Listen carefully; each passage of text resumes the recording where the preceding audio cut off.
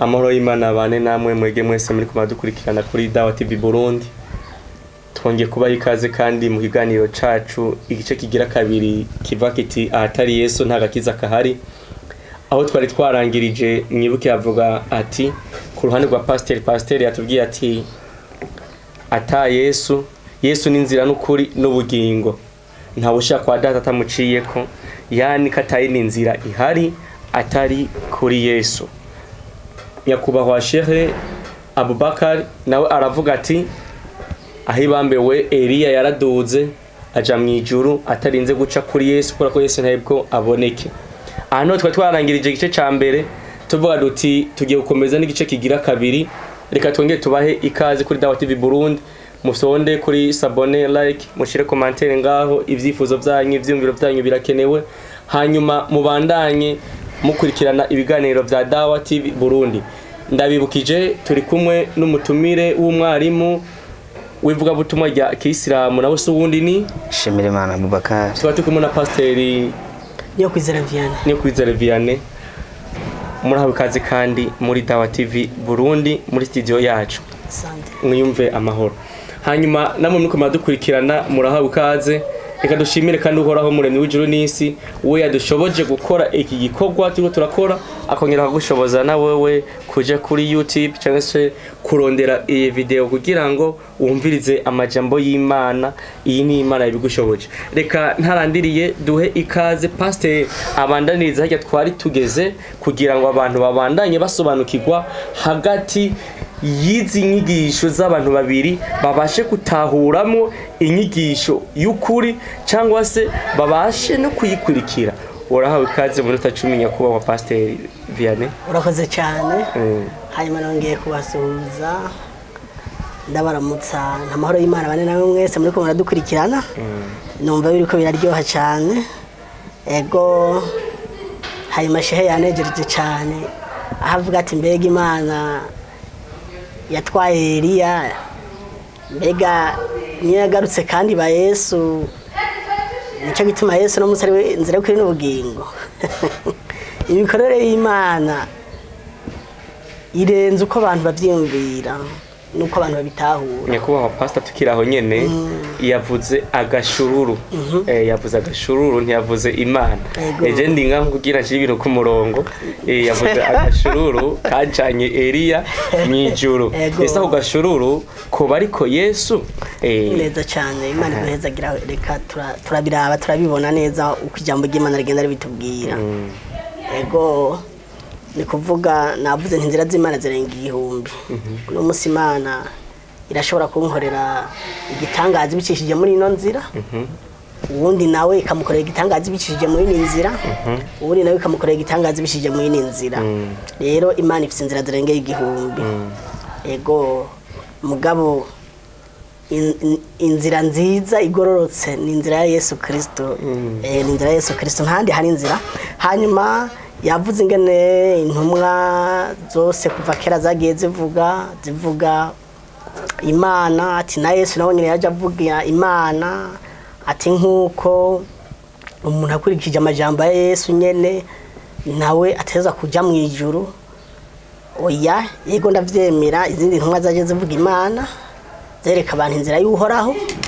Hanyuma we Yesu amaze kuza atandukanye nabo kuko yababwiye ati ni jewe nzira. Tugiye kuraba mbere ngaha 11 muri Matayo 28 turumva ingene havuga. Ego Matayo 11:28 twasome ego muri Bibiliya yera. Ego 11:28 haravuga pastor. Nimuze kuri jewe mwese abananiwe n'abaremerewe ndabaruhura. 2:9 Nikoreze ingata yanje munyigireko kuko ndumugwa neza niyoroheje mu mutima namwe muzoronka uburuhukiro bw'imitima yanyu. Imana iguhezagire cyane. Nawe kandi ndibaza inyishu ariko arayironka. Yesu arashishikara igihe yaza we ntiyabwiye abantu ati hari ahandi hari Imana. Yavuze ati ni jewe nimuze ingo ni jewe nzira. Yongera arabwira rero bano bantu bari kumwe ati nimuze kuri jewe abarusha n'abaremerewe. Bamwe baruhiye mu nyigisho z'amadini bari uzumva ngo Imana iri wacu, Imana iri mu Kamenge, Imana iri ku Buterere, Imana iri mu musigiti kanaka, duga umusozi uje hariya mu Buganda ni Imana iri, genda mu Rwanda ni Imana iri mu ishengero kanaka cyangwa mu musigiti kanaka. Oyaye Yesu yavuze ati nimuze kuri jewe murarushe n'inyigisho z'iminyoma mwatakaye, nimuze kuri jewe ndahari, reka kurirwa muraronderera kure, ni jewe muzana iyo mizigo yanyu, izo nyigisho zibaremereye, izo ngwara zibaremereye, ivyo bibazo bibaremereye ndabaruhure. Niwe solution, niwe nyishu y'ibibazo byacu byose, kandi niwe gakiza kacu, niwe nzira yacu. Niko yabwiye abantu, kandi muri abo yabwiye nanje ndimwo, nico gitubona mukurikiye aranduhura. Rero uno munsi ndatangara shehe wacu uburyo aguma yibagiza inzira y'ukuri, aca pembeni mu byanditse ngo handitse ngo zana ibi ngo zana ibi. Oya, inzira ni Kristo, inzira ni Kristo yonyene, nta wundi, kandi niri kure no ngahira hari. Shehe umbwiye ati none ndabigenze gute, cyangwa kwereka uburyo bigenza kugira ngo iyo nzira yibe muyizeyire. Yesu ashimwe cyane. Uko niko bimeze ngo abikoreze ingati itababaza. Ni kuvuga nyamba Yesu yatubwiye ngo atwikoreze ingati itababaza, iyindi ngata ibabaza iriho. Rero dukurikire Yesu nk'umwami n'umukiza mu bugingo bwacu.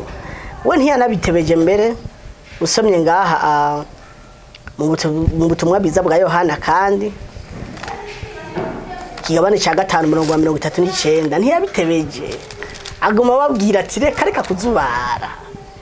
5:39 muri Yohana. Yego. Naho haravuga hati mwebwe murasesa mu vyanditswe kuko mugira ngo muri byo niho mufise ubugingo budashira, kandi ari byo binshingira intahe 40, ariko mukanka kuza kuri jewe ngo muronke ubugingo. Mani guhezagire cyane, Mani guhezagire ko uriko rusomerana neza, uriko urabiryosha. Hanyuma ngira ngo urubanza rwamaze kwica, inyishu yamaze kwironka. Ngo mwirwa murasasa mu byanditse, ngo saba muri Korowani, ngo saba muri Yohana, ngo saba muri Matayo, ngo saba muri Zaburi, ngo soma ngo muri Luka. Abantu benshi cyane twazimiriye mu byanditse, twishinga ibyanditse cyane, mugabo tugahusha inzira. Inzira dufise yonyene ngira ngo wayumvise, niwe yabivuze ngo mwirwa murasasa mu byanditse, ngo kuko mugira yuko muri byo ngo ariho muronka ubugingo, ngo kuhari ibyo byanditse nyene ngo nivyo bimvuga, ngo nivyo binshingira intahe, ngo ariko mukanka kuza kuri je ngo ndabaho ubwo bugingo budashira. None ndumva kwirirwa turasasa mu byanditse kandi ubugingo budashira tubukura kuri Yesu Kristo. Ndazi yuko dufise Yesu, tuba dufise byose. Rero natumire bari koranyumva bose, abakristo, abisilamu, abapagani bataramenya Imana, ntahandi hantu turonkera uburuhukiro, ntahandi hantu turonkera inzira, ntahandi hantu turonkera ubugingo budashira. Nimuze kuri we, niko yabivuze. Ati nimuze kuri jewe abarushe n'abaremerewe, abaremerewe n'ibyaha by'ubusambanyi, abaremerewe n'ingwara, ubwicanyi, ibintu biremereye abantu ni byinshi cyane muri inose. Niwe wenyine wo kubidukiza akabituruhura, hanyuma tukava muri izo ngeso mbi tukakora ingeso nziza. Ubwo bujiji turimwo bwo kwirirwa turazunguruka ibitabo, aho gukwirikira nyawe nyakuri ngo tumufate tumurye, tubuvemwo, hanyuma dukurikire Kristo wenyene kugira ngo turonka ako gakiza, twironkere ubwo bugingo budashira. Ni inzira yo kwizera, ukatura Yesu Kristo nk'umwami kwiza bugingo bwawe, nta handi biri. Pastor, kugira ngo ariko baradukurikirana badusobanukirwe, abantu bo mujya gute kugira ngo baronke ubugingo budashira, kugira ngo abantu bariko baradukurikirana basobanukirwe, bo mujya gute kugira ngo baronke ubugingo budashira? Kugira ngo bariko baradukurikirana basobanukirwe neza cyane. Iyo twizeye Yesu Kristo nk'umwami kwiza bugingo bwacu, aho usomye urabibona neza muri Yohana 3:35. Soma mugene havuga Yohana 3:35. Haravuga hati se arakunda umwana, se arakunda umwana, kandi yamuhaye byose abishira mu kuboko kwiwe. Uwizeye umwana arafise ubugingo budashira, ariko utumvira umwana ntazobona ubugingo, ariko uburake bw'Imana buguma kuri we. ariko uburake bw'Imana buguma kuri we. Liberté totale umuntu ashobora kuyironka atize Yesu Kristo umwami mukiza mu bugingo bwiwe. Ngira ngo wavyumvise ngo sarakunda umwana ngo kandi byose abize mu biganza vyiwe, ngo kugira ngo uwizeye umwana ntazapfe rubi, ngo ariko azahabwa ubugingo budashira. Nubwo bugingo rero budashira niko ndavuga uno munsi bonekera muri Kristo Yesu. Imana ibahezagire cyane. Namwe muragize neza cyane. Ego mubandanye mukurikira ikiganiro cyacu kiraryoshye cyane. Pastor aravuga ati ata Yesu ntagakiza kahari. Ata Yesu ntagakiza kahari. Yavuze ijambo rikomeye cyane kukwizera. Aravuga ati inzira z'Imana zirenga igihumbi.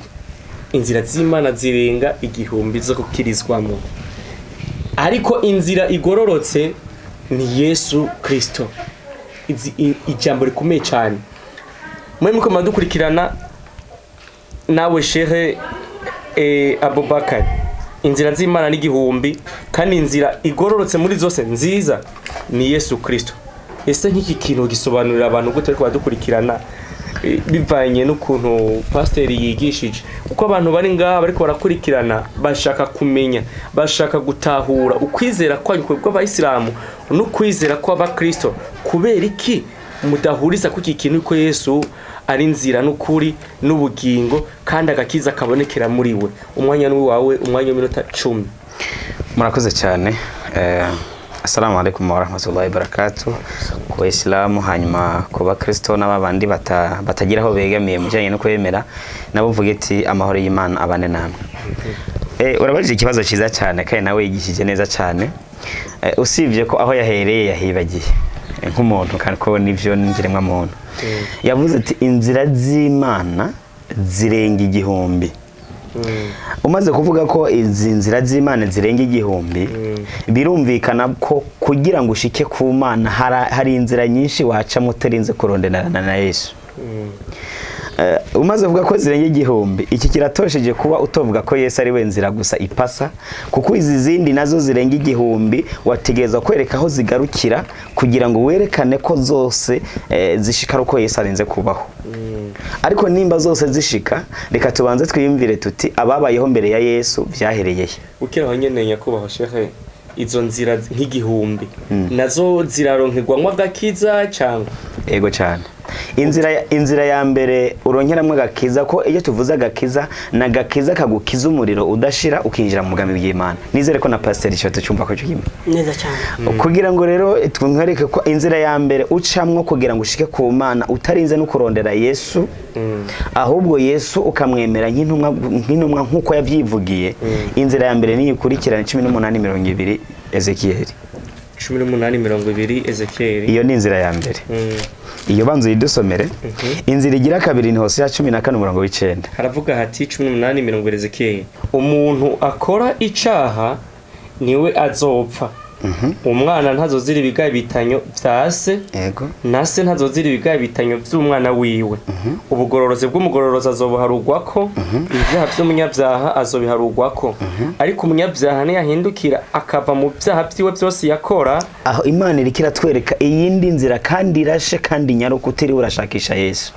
Akitondera ivyagizwe vyanje vyose, agakora ibitunganye n'ibikwiye n'ukuri, azobaho ntazopfa. Ibicumuro vyiwe byose yacumuye nta na kimwe kizokwibukwa ngo gishigwe kuri we. Azobeshwaho nuko yakoze ivy'ukugororoka. Iyo ni inzira ya mbere igaragara iboneka, twabwiwe n'umuvugishwa n'Imana Ezekiel abihishuriwe n'Imana. Aravuga ati umunyabyaha niyaheba ibyaha yariko arakora akubahiriza amabwirizwa yanje agakora ibikwiye, nta yindi nzira nta yindi dosiye, amaze kunyubaha akubaha amategeko yanje agahebana n'ibyaha, nta yindi dosiye iri hejuru yiwe nukwigira mu ijuru atarundi rubanza ruri inyuma ziwe. Aha kiretse niba pastor ashobora kuvuga ati aha Imana hari icyo yibagiye, cyo mugabo nk'umuyisilamu nzi ko Imana itibagiye, nzi ko yavuze ibyo izi kandi biri muri programu zayo. Kandi nabigisha bose bavuga ati bigisha abantu kugira bahebe ibyaha. bahebe ibyaha kugira ngo babone kujya hehe mu ijuru.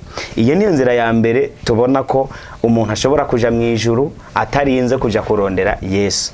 Mbere n'igishinga nteke kigira kabiri dusomere Hosea 14:9. Hosea Yego. Hosea 14:9. Eka twarabe muri Bibiliya yera. Haravuga ngo iki? Ninde azi ubwenge? Natahure ibyo. Haravuga ngo ninde muntu azi ubwenge natahure ibi bintu. Ninde w'umuhanga? Ninde muntu w'umuhanga w'umunyabwenge nabimenye. Ibi bintu nabimenye ntabyirengagize. Kuko inzira z'uhoraho ari ziroranye. Ni ziroranye. Kandi abagororotsi babandi twabwiwe muri Ezekiel bamara kwitondera amategeko y'Imana amabwiriza bakayubahiriza. Nibo bazigenderamo. Ariko abacumura bazozigwamwo. Babacumura bobo bazozigwamwo. Biravuga ngo kugira ngo ugere ku Mana utegereza guca mu nzira y'Imana. Guca mu nzira y'Imana no kubaha amategeko y'Imana.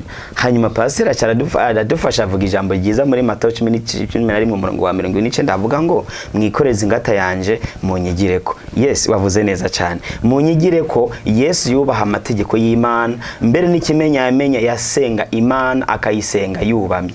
Biravuga ngo rero iyo ushaka kwigira kuri Yesu unasenga nkuko yasenga. Ntabwo ari ukuvuga amajambo gusa ko bawukira ngaho nyene ijambo ushizemo ati Yesu yasenga yubamye. Kiba rifise ibihamya muri Bibiliya canke n'ivyo ukura mu mutwe gusa kubera ko pastor yadusomeye yandike vuga yuko ari kwigira kuri Yesu. Nawe uvuze yuko kumigira ko uco usenga wubamye nkawe. Ivyo bintu bikuye mu mutwe canke mu bitabo birimo? Ndabikuye mu bitabo kuko Yesu yarabivuze aranavyerekana 14:32 Mariko. 14:32 twasome. Yego byo bavyiza cyane kuko yavuze ati duciye muri Yesu tugakora nkuko yakoze tugera ku Mana. Ico nanjye ndacemera dusenze nkuko yasenze kuko Yesu yasenze nkuko Imana yamwigishije natwe tukabikora. Imana igeze guhemba Yesu natwe tuzoba turiko. Muri Mariko haravuga hati 14:32. Maze bashika ahantu hitwa Getsemani. Yezu ari kumwe n'abigishwa be bagira ahantu hitwa Getsemani. Abarira abigishwa biwe ati bamuricaye hano mbanze nje hajya gusenga. Ajana Petero na Yakobo atangura kumigwa no gwagari ku mutima cyane. Arababwira ati umutima wanje uri nakabonge kagomba kunyica. Bamuragumye hano mube maso. Yunguruza imbere gatoya yubama hasi arasenga. Iki rero nico kintu Yesu yakoze yatangiye kwigishwa n'ibwirizwa rya mbere rivuga ngo usenge Imana yonsa uyikunde kuruta byose. Tugiye mu gusenga Yesu cyaturaba ese mu nzira y'Imana Yesu yigishije nkuko twabisomye muri Mariko 12:14 ko Yesu yigisha inzira z'Imana. Inzira ya mbere yigishije mu gusenga yigihije mu gusenga Imana bayisenge bubamye. Iyo ni inzira ya mbere yigishije.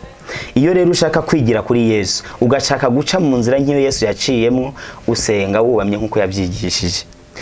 Dusubiremo ndamubwire nti nkuko yabivuze unyuranije nawe nkuko yabyigishije ku mabwirizwa y'Imana no mu gusenga Imana aho kuko ntiwoja mu ijuru. Ahubwo mpava nanje mvuga nti none pastor ubwo nawe ubusigaye usenga wubamye nkuko Yesu nawe yabikoze kugira ngo twumvikane ko dufatanije urugendo rwo kubaha Imana nkuko Yesu yabivuze cyanye wabaye wivuge gusa ntabwo umugambi nawe uramara kuwushika ko niba utarawushika ko rero urumva ko uzoba wabitwibukije ko dusanzwe tubikora. Hanyuma nawe ico gihe hageze kugenda urumva uzorindira ku rupangu hanyuma babikoze bibandanirize nawe urumva nyene uko bizacha bikurikirana ufise ubwenge nawe uravyumva. Ikindi nene nagomba nongere ko niki gikurikira yavuze hariya ngo kugira tubone ubugingo yasomye 5:39 Yohana. Ngo aho Yesu avuze ngo Yesu niwe tuboneramo ubugingo. Riye ryari ijambo rifobetse ariko yararifoboye ageze 17:3 Yohana muhadusomere. Kugira uronke ubugingo budashira canke se ubuzima mu Kirundi cyo kwitsetso kugira uronke ubuzima budahera bigenda gucya gukurikira. Hari impamvu yabivuze gutyo arafise ico yarabitse. Yesu aravuga ati ubu nibwo bugingo budashira kugira ngo rero uronke ubugingo budahera buhora hiteka ryose ko bamenya wewe Imana yonyene. Icambere ubanza kumenya Imana imwe y'ukuri nuwo watumye Yesu Kristo. Nyuma ugaca umenya ko Yesu yatumwe n'Imana. Jewe rero mpagaze hano nk'umwarimu wa Kisilamu ndemanga kandi ndemeza ko Yesu ari intumwa y'Imana 100%. Kandi ivyo yigishije no kuri yigisha ko abantu bamenya Imana bakongera bakayuba bakayigamburukira, kandi nta na rimwe yigeze abwira abantu ko ari we Mana, ko azobajana mu ijuru, ngo ababwire ngo je nzobajana mu ijuru ndabakorera ibi nibi, ahubwo yahora ababwira ngo imuhira kwa data hari amazu menshi. Biravuga ngo nawe yarajeje bakazi ko gutumira abantu ngibyo bokora kugira baje mu ijuru, ariko nawe yarazi ko ijuru atari iryiwe, atumira avuga ati kwa data. Iyo tuvuze data nemgisha bishavuga ngo data wa twese wo mu ijuru, kuko Imana niyo yaremye abantu bose, niyo yanaremye kandi Yesu. Aho wongera ngo rero inzira kugira ngo turonke gukizwa canke se kugira ngo turonke ku agakiza kugira ngo tukire umuriro udashira, nuko tuvavanura nico cyose Imana yabujije, tukitondera amategeko yayo, tugakora ibikwiye idusaba. Yesu nawe akavuga ati rero kugira mugire mu nk'ubuzima budashira babanza kwemera Imana imwe rudende, nanje Yesu ntimunyibagire, munyibuke ko ndi intumwa, ivyo mubimenye mubyizere munavyigisha. Twebwe nk'abayisilamu nta kibazo kihari, ahubwo mfise makenga ko ba Kristo ibi bintu babyirengagiza bagaca bamwita Imana. Aha hantu niho mba numva umenga rero haje ikorosi ryarindi, numva umenga sinovuga byinshi ko na Yesu nawe hari uko yabivuze, sinze mu mpayakanye ndashaka kubivuga ico yabivuze ko gatubaha akanya gatonya cyane umunota umuca iminota nk'ibiri. Okay, ico ngiye kubivuga ko aka kantu k'agakorosi njya kuvuga bamaze kureka kuvuga ko Yesu ari intumwa y'Imana, ngo nuko yavuze ko ngo babona gakiza muri we. Aha hantu gakiza muri we yashatse kwerekana inzira, kwaje kwigisha inzira y'ukuri nkuko twabisemye mirongo yatanguye. Ahari korosi rero naha 15 umurongo w'8 kukurumba bamaze gutangira ku musenge, yo ni Matayo. Bamaze gutangira kumusenga, bavuye mu kwemera Imana baja mu byo gutangira kumusenga, kandi we yababwiye Imana bari busenge. Ahindukiye agiye kubasanga bariko baramusenga, umva bonus yabahaye n'akajambo yabahaye kinkebuzo, nizera ko nawe na pasteri nabemera nka we yanabone ko kandi batazogasenga. Haravuga ati ataba abantu banyubahisha iminwa yabo, ariko imitima yabo iri kure yanje, bansengera ubusa. Kuko inyigisho bigisha ari byagezwe n'abantu. Yesu rero amaze kumenya ko hari abantu bamaze gutandukira kumusenga nk'Imana, kandi yarababwiye ngo bemere Imana imwe nawe bamwemere nk'intumwa y'Imana, ntiyabiretse gutyo gusa, yarabavuniye akakora ababwira ati rero aba bantu muri ko murasenga mu nsengero ubusa, kuko inyigisho mwigisha ari byagezwe n'abantu, ko mu byagezwe n'Imana handitse gusenga Imana imwe rudende. Kandi na Yesu yavuze ati musenge Imana imwe rudende, nanje Yesu ndi intumwa y'Imana. Niyo ni mirongo myinshi irenga amajana n'amajana. Murakoze namwe, murakoze cyane. Hama reka twongere twibutse abikora kurikirana ikiganiro kuri Dawa TV Burundi, mubandanye mukora sabone, mufundana like kugira ngo mubandanye mukwirikira cyangwa muronka ibi biganiro by'iyobokamana. Ndazi mwakurikiranye, mwumvise Pasteur Olivier ko yabivuze ko, mwumvise Pasteur Vianney ico yabivuze ko, mwumvise mwarimu Ahatari ico yabivuze ko kubijanye n'agakiza kuri Yesu. Wewe nahawe gucagura ukavuga uti inyigisho ukazishira ku munzane yuko kwemera kubiri kuri hagati y'abakristo n'abayisilamu, ukavuga uti jewe ndiko ndashira ku munzane, ukacangangura izi nyigisho, kandi ntiwibagiye no gupartage abandi cyangwa se kubarungikira iyi link kuri YouTube kugira ngo babandanye nabo nyene bakurikirana izi nyigisho z'iyobokamana, dufashanye gusa kwiragiza ubutumwa bw'Imana. Hanyuma rero bananyamubana natwe tugiye mu bazo kugira ngo duhakanya Pasteur nawe acagira gute, aca abanza baze ikibazo kunyisho zaciye abaze uyu Misiramu ari ngaha. Harakabazo Pastor wabufise wabaza Abubakar. Ndashimye cyane, ndashimye cyane, ibintu biriko biragenda neza.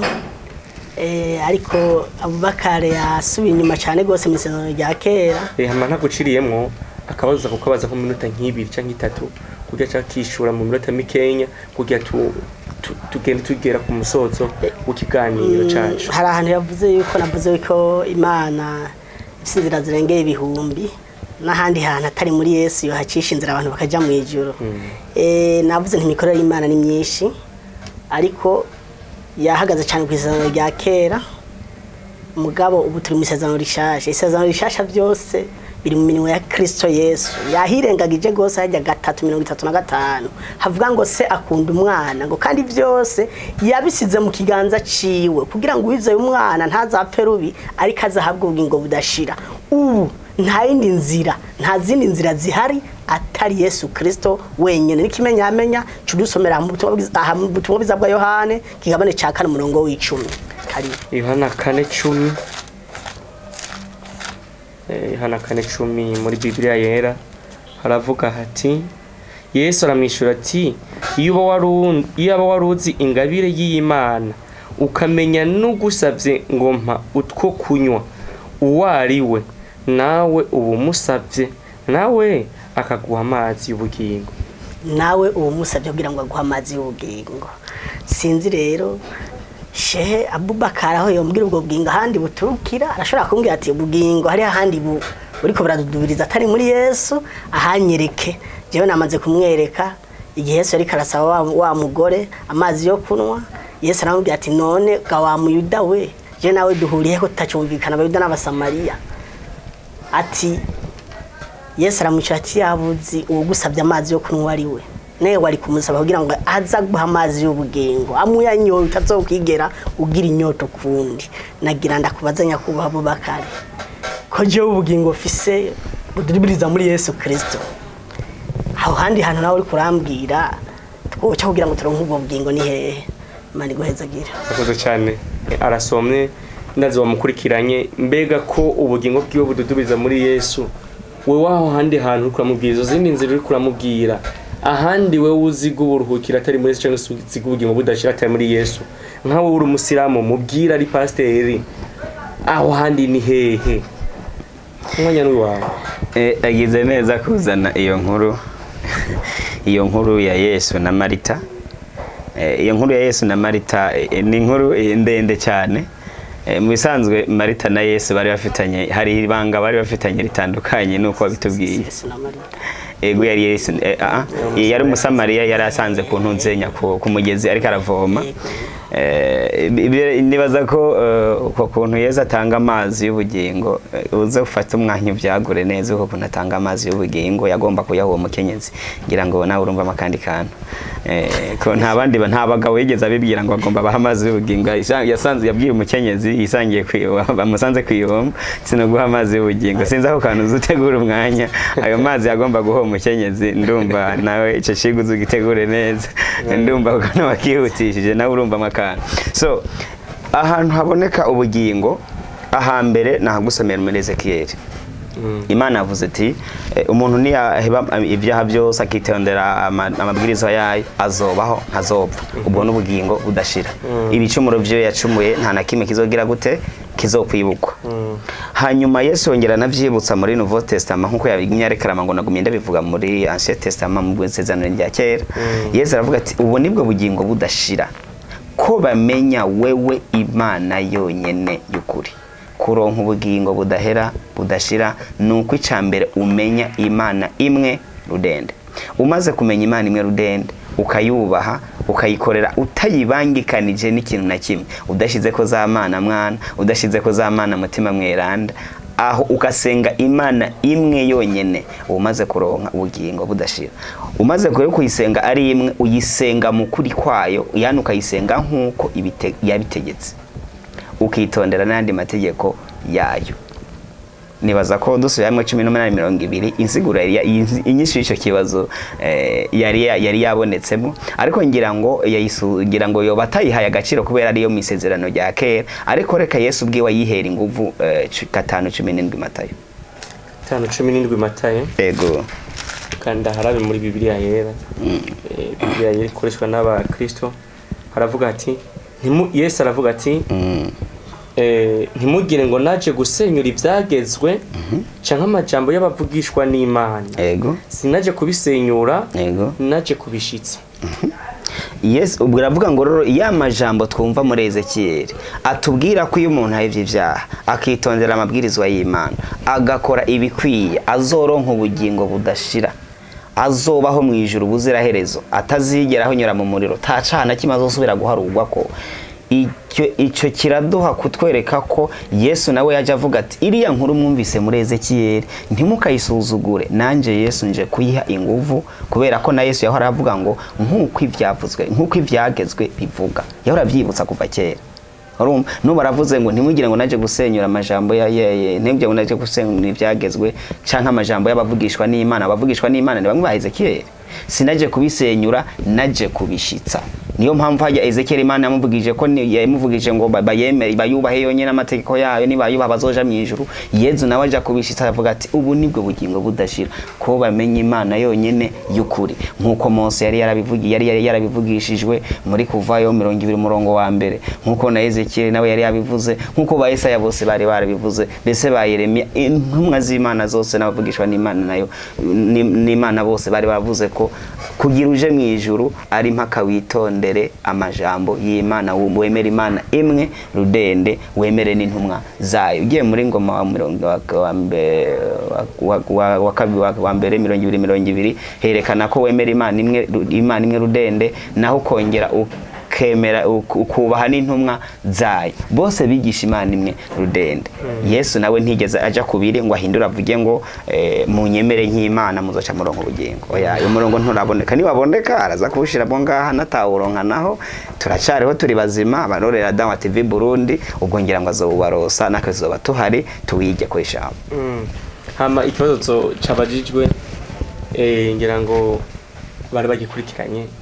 ni nyinshi tanzwe ngira ngo nyakuba pasteri wayumvise urashoboye kuronka kandi kanya kuvuga ati aha ayakoretse canke byagenze uko unishiwe sinishuwe ukabisha ku murongo neza ukavuga uti ngaha yakwefise ikibazo canke bimeze ukuntu kumwanya n'uwawe kandi yego hari hantu aguma yibagiza kuko aguma azana isezerano rya kera ariko namubwiye ko Bibiliya ivuga yuko isezerano rishasha byose biri mu mirimo ya Kristo Yesu iyo tumuciye pembeni tukamukwepa nta mana nta gihe tuba turiko turajamwo Bibiliya irabivuga neza yonyene byose biri mu ya Kristo reka dusome muri Yohana 6:28 Yohana 6:28 6:28 tuharabe neza haravuga hati baramubaza bati tugire dute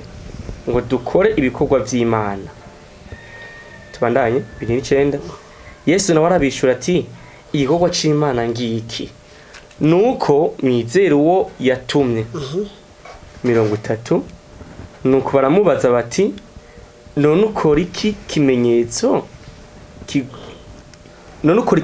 ki ngo tukirabe tukwizere ukora ikimeze gite 31 basogokuruza bacu barira manu mu bugaragwa nkuko vyanditswe ngo yabahaye umutsima wo kurya uvuye mu ijuru 32 Yesu arababwira ati nukuri ndababwire si Mose yabahaye umutsima uvuye mu ijuru data niwe abaha umutsima w'ukuri uvuye mu ijuru kuko umutsima w'Imana ari umanuka uva mu ijuru ugaha bari mwisi ubugingo baramubwira bati mugenzi na ntaryo uzohora uduha uwo mutsima Yesu arababwira ati ni jewe mutsima w'ubugingo uza kuri jewe ntazosonza namba kandi unyizera ntaho azogira inyota namba ariko narababwiye yuko mwambonye muraheza ntimwizera Imana guhezagire cyane banegereje cyane ndihaza wa mutsima ambwira wo kurya ngira ngo birayasobanuye wari wambagije kare hanyuma mwabyumvise nukuri ntitujijisha abantu cengo twepesha abantu inzira cengo abantu bagume mu bujiji mu buhumyi ntibabone iyo bariko baraja Yesu baramubaje ati tugire ati ni munyizere ni jewe nyine nashitse mwisezerano rishasha dukorera Yesu tukamwizera nk'umwamwiza mu bugingo bwacu hanyuma tukaronka uburenganzira bw'uzoja mu ijuru tusize pembeni hakuna mbingu mzee kweli kabisa nuko ijambo ryisobanuye Yesu riko ndavuga n'amajambo menshi bwana Sheikh Abubakar ahubwo ndagusabira kugira ngo Yesu nyene ndiko ndavuga abe muri wewe kugira ngo undi musi bize tugarukare ngaha nawe uri pastori. Imana iguhezagire. Murarangije? Yego ndarangije. Murakoze neza cyane. Hanyuma tugeze kundi ruhande nawe bakubaze. Hama nawe Shabo Bakari bivanye n'inyishu zacenga kuri pastor zo yigishije. Nike kibazo nawe ushobora kuba wabaza pastor Olivier Vianney pastor Vianney kugira ngo nawe agira icyo avuze cyo yishyuye ku kibazo cyawe ntujane ikibazo mu mutima kubera ko wanonsa akaryo keza ko kibaza pastor ngaha kugira ngo n'abari ko barakurikirana kuri Dawa TV Burundi baronke inyungu runaka nakaye kabazo baza gatonya mu mwanya mutonya cyane nyakubahwa Vianney. Jewe akabazo ndamubaza bivanye nuko numvise rimwe na rimwe ibintu avyumva mugabo akagerageza gukwepesha no kujijihisha akagerageza gutandukanya akavuga ati hari sezerano rya kera na rishasha. Jewe nagomba ndamubaze nisunze amabwirizwa abantu bemera iki gihe yose aboneka mu sezerano rya kera ryahawe Mose. Hanyuma mu iryo sezerano nyene rya kera Imana ibwira Ezekiel ko ubuzoheba ibyaha akitondera amabwirizwa yayo izomushira mu ijuru itarinze kumuharura ko n'ikindi cyaha na kimwe. Nagomba mbaze iri jambo ry'Imana ryarangiranye na ryari? Imana iguhezagire cyane. Ndanezerewe rwose she. Ndanezerewe naho utari urasa ku ngingo. Ntiyagitomoye neza icyo kibazo. Yagerageje ariko aragerageza ariko reka dusobanure reka ndamwishyura ni kuvuga yuko navuze ntiyamikorere Imana ifise imikorere myinshi kijya gihari uko yakora n'ubu harukiya misezano rishasha byose babisize mu minwe ya Yesu Kristo. Reka tugira ngo abari barakurikirana Dawa TV Burundi babikurikire neza basobanukirwe. Ese arabajije mu iki cya Ezekiel wavuze 18:20 yuko umuntu azoheba ibyaha akitondera amabwirizwa y'Imana azoja mu ijuru. Ese ibintu byaheranye ryari? Uravuze uti nivyo misezerano rya kera ariko misezerano rishasha byose byahawe Yesu. Dusobanurire mbega ibi cyangwa sobanura ariko barakurikira Dawa TV Burundi ibi byaheranye na Ancien Testament ibi byahawe Yesu kugira ngo umuntu azuje mu ijuru byose byakuseranijwe muri Yesu. Ni gute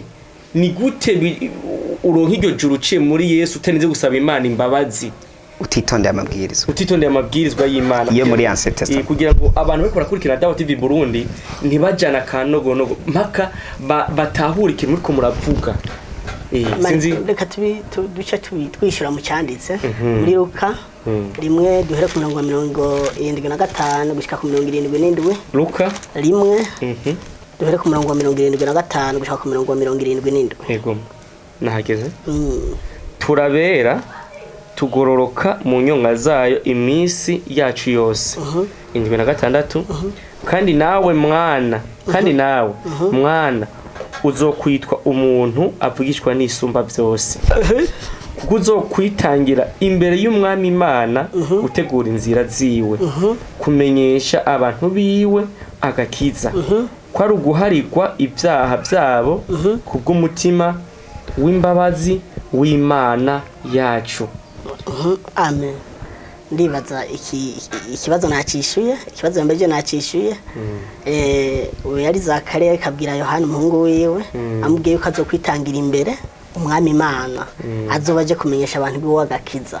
Urumva n'igihaje mu nyene turimwe bivuga ngo ahatari Yesu ntagakiza. Yesu igihe twari twishwe n'ibyaha twishwe n'ibicumuro yaje kugira ngo adukize ya mibabaro y'ibyaha aradupfira ku musaraba araducungura. Ni kuvuga rero Yesu byose uguharigwa ukugirwa imbabazi mu mishagu yiwe niho jewe ndamwemera n'ababari. Yego rero yaramaze kudukiza abamwizeye hariho n'abandi bataramwizera bonyene arahari kugira ngo nubashishikare kubagirira neza ashishikare kubabarira ashishikare kubakiza kuko na Abubakar ataramwizera nizeye ko mumisa agiye kumwizera arahari Yesu kugira ngo kwakira kugirire neza nko kwijambo ryiwe ribivuga. Ndibaza ko nta kibazo na kimwe kirimo ikibazo mwene data nakikwishuye nta handi hantu hari inzira hari kubabarirwa hari gukiranukira Imana atari muri Yesu Kristo naho wobikwepo kijigisha mugabo nta handi hariho kuko umwanditsi yavuze neza ngo niwizere Yesu mu mutima ngukizera yuko Imana yamuzimukiye mu bapfuye ngo uzokizwa kuko umutima ari wo umuntu yizeresha kugira ngo aronke agakiza rero ndumva mwene data aravuga Yesu ariko kumwizera ntaramwizera kuko abandanya muca pembeni agiruka rero hari Imana iguhezagira ndashishikara kugusabira nibyo bikorwa Imana yampaye ndabasabira mwese abisilamu abari ngaha n'abatari ngaha kugira ngo igihe kimwe n'abariko baradukurikira yego n'abisilamu bariko baradukurikira aho bari hose kwisi yose kugira igihe kimwe Yesu muze mu mumenyi wari wahayima mu mwizere Imana ibahezagire cyane murakoze cyane nukuri ikibazo aracishuye neza aracishuye aravuze ati ubu arabitomoye neza ubu guharirwa ibyaha hariya misezerano rya kera ariko ubu ahubwo baronka agakiza baronka ubugingo mu mishishago ya Yesu Kristo abatumva imishishago ni mu gukubitwa kwa Yesu Kristo niko avuze niho baronkera agakiza muge nk'abasilamu muremera iyo mishishago kariyo ibaha ku gakiza mutavyemera pastor yaje kubivuga tunyarukije umwanya nukuri Yesu aramubesheye impamvu Yesu amubesheye ngo mwe mishishago niyo bazoharirwa mu ibyaha byabo dusomera 8:21 Yohana 8:21 Yohana 8:21 Yohana muri Bibiliya yera yego Yesu aramubesheye nukuri yego kandi Yesu aravuga hati 8:21 gupfira ijambo ry'umutwe ravuga ati gupfira mu byaha yego nuko yongera kubabwira ati Yesu ntiyagarukirije ngaho yama yababwiye nuko ngira ngo babaye bubyibagire nyuma arabaramenya atabantu narababwiye ariko iyi nkuru wanza barayibagiye nkuko mwene datano mbona amaze kubyibagira Yesu yongera kubibisuka kabiri ababwira ati jewe ndi mukuhava Yesu ndi mukuhava namwe muzondondera mushakisha inzira zose yamara kandi muzopfira mu byaha byanyu ndakubwiye ati Yesu yayicaye avuye kuvuga ngo uzoharirwa ibyaha muri we Yesu yagiye avuga ko abantu nibatitondera amajambo y'Imana bazopfira mu byaha byabo mbese unavuze ko uno munsi Yesu yatwaye ibyaha byawe uno munsi uri mu gakiza atabyaha ugira dusomera urwete rwa mbere rwa Yohana 1:8 ububeshe cyane byanditse biragaragaza ko ububeshe ahubwo kugira ngo ukire ibyaha utegerezwa kwemera Imana ukavavanura na kiya cyose Imana yakubujije hanyuma ukihatira gukora bijya Imana igutegeka dusomera umurongo haravuga hati yego ubwote rwa mbere rwa Yohana igice ca mbere 8 havuga ngo tuvuze ko atacaha dufise turamutse tuvuze nka tukavuga ko atacaha dufise ngo Yesu yarabijanye tuba twizimiza aho tuba tumaze kuzimira tuba twizimije twebwe ubwacu ukuri ntikuba kuri muri twebwe n'ikintu bita ukuri ntikiba kibe muri twebwe henda guhimanda guha akararo ka mbere uvuze ko Yesu mushishaguye wariho muronkera gukizwa ibyaha ngo yagiye abijanye uno munsi abasuma baracyahari uno munsi abasambana baracyahari kandi agasambana akubwira ngo mu izina rya Yesu none ibyo byaha ko bikihari kandi umva Yesu yarabijanye umuntu yoca kubaza tese yoba yabijanye mu isashi hanyuma ishashira tabuka byongera kugaruka canke byo bivyahari ibintu nk'ibikoko vyara muri inzara carajugunyira hasi yumva biramubabaje caterera hasi byongera kugaruka gute ko wumva yari yabijanye niyo mishisha guyiwe wumva ariho mutegeza kubikirizwa kugira ngo ukiri ibyaha no kuvavanura navyo ukubaha amategeko y'Imana Yesu ubwe gatanu ku munsi ijoro n'umutaga yasenga Imana kugira ngo nawe imwakirire ugiye gusoma ugasoma ntuzenya ugasoma kangahe 6:9 yamavuga ngo nuko musenge mutya muti nawe ari Gestemane yamavuga ngo data asangwa byoshoboka umva ko yamarika arasaba imbabazi usomye hafi 9:13 yamye avuga ngo mugende mwigira ijambo umenye nicyo risobanura ngo imbabazi n'inzongomba sibimazi kubera ko yarazi ko kumana honyene niho hari kurokoka niho hari gukizwa kuri buri kintu kimwe niho hari gutunganirwa kwa buri kintu cyose nawe ubwiwe yamijoro no mutanga asaba iyo Mana twese yadukanguriye ngo dusenge kugira ngo izotubabarire ntabwo rero Yesu yigeze ajana icaha cy'umuntu nta nubwo uvuga ngo Yesu yarakubiswe inkoni wewe wari uja muri bonisi munsi ngo ucuharirwe ibyaha niba yaranaziriye wumve ko niwe yaziriye mugase waziriye we nukora icyaha uno munsi nawe baraze kudiha ntabwo bo shavuga ngo ntituzi gukubita ngo uzutwogukuse ngo twaze kubise Yesu icyo ni gikunda yego murakoze namwe murakoze cyane abandimwe muri kumadukurikirana kuri Dawa TV Burundi Imana ibandanye bagirira neza pasiteri kwiza kwa Kristo yavuze ati ako gakiza cyase gukira n'uwo muriro udahera ni mu mishishaku ya Yesu Kristo Sheikh nawe Abubakar aravuze ati ako gakiza gukira umuriro udahera no kwizera Imana imwe rudendo kizana Yesu kari intumwa y'Imana ugashize urasaba n'imbabazi ku byaha uba wakoze nahawe rero gucagura mwizi nyigisho zo ku mpande zibiri ni yihe yakunyuze turakeneye ivyumviro byanyu muri commentaire gusonda sabone no gusonda like no gupartage abandi kugira abantu izi nyigisho ziyoboka Mana hanyuma nyakubahwa pasteri nagomba ubwira bari kubadukurikirana ntibibagiye gusonda sabone no gupartage abandi kugira ngo baze baronke izi nyigisho ku bwishi nabo bumve ijambo ry'Imana ego ariko baradukurikirana ntibagire gufyonda sabone no gupartage abandi kugira ngo izi nyigisho zize zirashika kure hanyuma ndabashimiye cyane uhora habahezagire umwami Yesu ashishikare kubana natwe nawe mwakoze namwe nyakubahwa Sheikh Abubakar mwakoze kutwitaba hanyuma mwibuke kubwira bari kwadukurikirana bibuke gukora ivyo bikorwa kugira ngo dusangire gusangiza abandi ego bakunzi ba Dawa TV Burundi ego twagomba tubasabe mu cyubero canyu kugira ngo ibiganiro vya Dawa TV Burundi bize birabashikira ku mwanya ku wundi mwibagire ukanda sabone no gupartage ku bagenzi banyu hamwe no kugira like na commentaire mu gutamutanga ivyiyumvira kugira ngo tubashe kubaka imitima y'abantu turi hamwe twese inshallah murakoze hama nyakubahwa pasteri Imana ibagire neza nitwongera kubakenera kandi muzotwitabira ngo tubandanye dutanga inyigisho ziyoboka Mana abantu